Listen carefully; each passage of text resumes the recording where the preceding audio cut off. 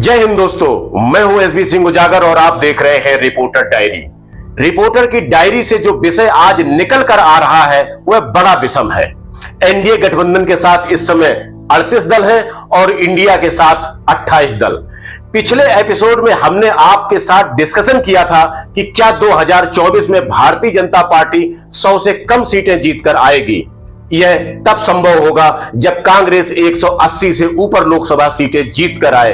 असंभव सा दिखने वाला यह गणित तब तक संभव नहीं होगा जब तक इंडिया गठबंधन अपनी जीत के समीकरण में दलित और मुस्लिम वोटों के फार्मूले का इस्तेमाल ठीक से करना नहीं सीख जाते। भारत की राजनीति में दलित और मुस्लिम वोटों का ऐसा गणित है, इसे समझे बिना किसी भी दल की राजनीतिक नैया पार नहीं लग सकती। इंडिया गठबंधन के हर दल को अपने अपने इलाके में दलित और मुसलमान वोट तो चाहिए, लेकिन जब उनके हक की लड़ाई लड़ने की बात आती है तो सभी दल इनके मुद्दों से किनारा कर लेते हैं। देखा जाए तो मौजूदा समय में मुसलमान और दलित अकेले दम पर भाजपा और मोदी से लड़ रहा है। चाहे एनआरसी का मुद्दा हो, चाहे कॉमन सिविल कोड का, ट्रिपल तलाक से लेकर हिजाब तक की लड़ाई में भारत का मुसलमान अकेला खड़ा था। हिंदू नाराज ना हो जाए इसलिए मुसलमानों का वोट लेने वाले ज्यादातर क्षेत्रीय दल इनकी लड़ाई में खुलकर सामने नहीं आए। भारत में दलित 16.5% से ज्यादा है और यदि मुस्लिम की बात करें तो वह 14.5% से ऊपर है। यह दोनों को जोड़ दिया जाए तो यह कुल आबादी का 31% से ऊपर निकल जाता है। यानी यह दलित और मुस्लिम आपस में मिल जाए तो ये अकेले दम पर आधी से ज्यादा सीटें जीतने और हराने की स्थिति में आ सकते हैं।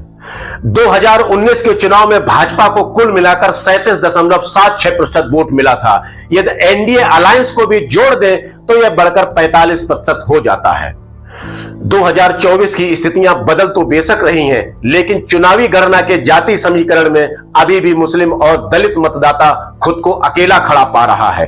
राजनीतिक दल भीतरी खाने से उसका वोट तो चाहते हैं, लेकिन उनके साथ खड़े होना नहीं चाहते। आज कोई भी राजनीतिक दल मुसलमान को छाती ठोक कर अपने साथ नहीं खड़ा कर रहा।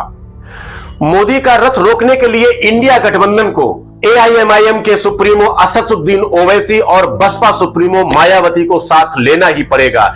यदि इन दोनों खिलाड़ियों ने भाजपा के इशारे पर बल्लेबाजी कर दी तो टीम इंडिया का 2024 में भी वही हश्र होगा जो 2019 में हुआ था। इनसे दूरी बनाकर वोट कटवाने से अच्छा है इन्हें गठबंधन में रखकर इनके साथ सीट शेयरिंग पर बात कर ली जाए। पहले मुस्लिम मतदाताओं का गणित समझ लेते हैं। देश में 35 सीटें ऐसी हैं जिनमें सीधे सीधे मुसलमान निर्णायक भूमिका में रहता है, यानी इन सीटों पर 30% से ज्यादा मुस्लिम मतदाता है। जम्मू कश्मीर में ऐसी 5 सीटें हैं, उत्तर प्रदेश में 8, असम में 4, पश्चिम बंगाल में 9, तेलंगाना में 1, बिहार में 3, केरल में 4 और लक्षद्वीप में 1 सीट आती है। वहीं 38 सीटें ऐसी हैं जहां मुस्लिम मतदाताओं की संख्या 21 से 30% के बीच आती है, यानी वहां भी मुस्लिम मतदाता निर्णायक भूमिका में हो सकता है। देश में 145 सीटों पर 11 से 20% तक मुस्लिम मतदाता सीधे सीधे अपना प्रभाव डालता है, जबकि ओवरऑल देखा जाए तो 218 सीटें ऐसी हैं जहां मुस्लिम मतदाता चुनाव को प्रभावित कर सकता है। यह दलित वोट की बात करें तो वह पूरे देश में 16.6% की तादाद में है। यूपी में दलित 21.3% की हैसियत रखता है। बिना दलित वोट साधे यहां किसी के लिए भी सरकार बनाना असंभव होता है। यूपी में दलितों के लिए विधानसभा की 84 सीटें सुरक्षित हैं। संविधान में ढेरों अधिकार प्राप्त होने के बावजूद समाज में अछूत का दंश झेल रही दलित बिरादरी को भाजपा ने बड़ी चालाकी से 2014 और 2019 के चुनाव में हिंदू कहना शुरू कर दिया। दलितों को लगा कि पहली बार उसे सम्मान मिलने जा रहा है, इसलिए उसने उदारता दिखाते हुए बड़ी तादाद में भाजपा के पक्ष में वोट कर दिया। लेकिन बहुत जल्दी उसे समझ में आ गया कि जिस बराबरी के चक्कर में उसने भाजपा को वोट कर दिया, उसी भाजपा ने नौकरियों से उसका आरक्षण छीन लिया। 2024 सामने है, मुसलमान और दलित के सामने फिर वही समस्या है, वह किसे वोट करे, क्योंकि पार्टियां उनका वोट चाहती हैं लेकिन उनके मुद्दों को अपना मुद्दा नहीं कहना चाहती। इंडिया गठबंधन यदि सत्ता में आता है तो वह धारा 370 कॉमन सिविल कोड और एनआरसी पर उसकी क्या रणनीति रहेगी वह खुलकर बोलने को तैयार नहीं है। ओबीसी और एससी एसटी के आरक्षण को लेकर इंडिया के घटक दलों की क्या सोच है, वह अपनी जातियों को कैसे संतुष्ट करेंगे, इस पर अभी कोई रणनीति नहीं बन पाई है। भारतीय जनता पार्टी एक के बाद एक मास्टर स्ट्रोक लगा रही है।